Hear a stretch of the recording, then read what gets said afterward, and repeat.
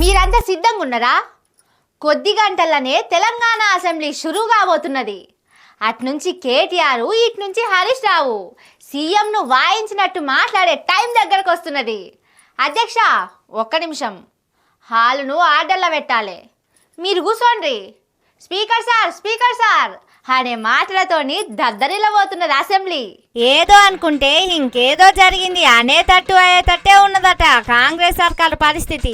ఎందుకంటే అసెంబ్లీ సమావేశాల్లో ఓ ఆట ఆడుకునే వ్యూహంతో వస్తున్నారట బీఆర్ఎస్ పార్టోళ్ళు. కాళేశ్వరం ముచ్చట్ల కేసీఆర్ ను ఇరుకున పడేద్దామని చూస్తున్నారు కావచ్చు గాని వాళ్ళ ఎత్తులకు చిక్కకుంటే ఎట్లా మాట్లాడాలి, ఎప్పుడు ఏ ముచ్చట ఎత్తుకోవాలి, ఎవ్వరు ఏ అంశం మీద మాట్లాడాలి అనేది మాజీ సీఎం కేసీఆర్ హరీష్ రావుకు కేటీఆర్ కు నూరు పోసిండట.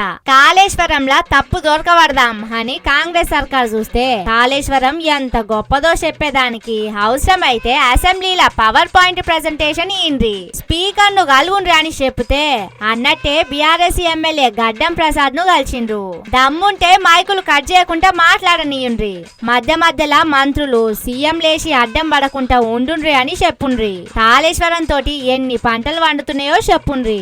యూరియా కరువు, రైతులు పడుతున్న బాధలు, కామారెడ్డి మెదక్ జిల్లాల వరదలు, పాశమైలారం ఫ్యాక్టరీ పేలుడు అన్ని ఆడుకోండి అని చెప్పిండట.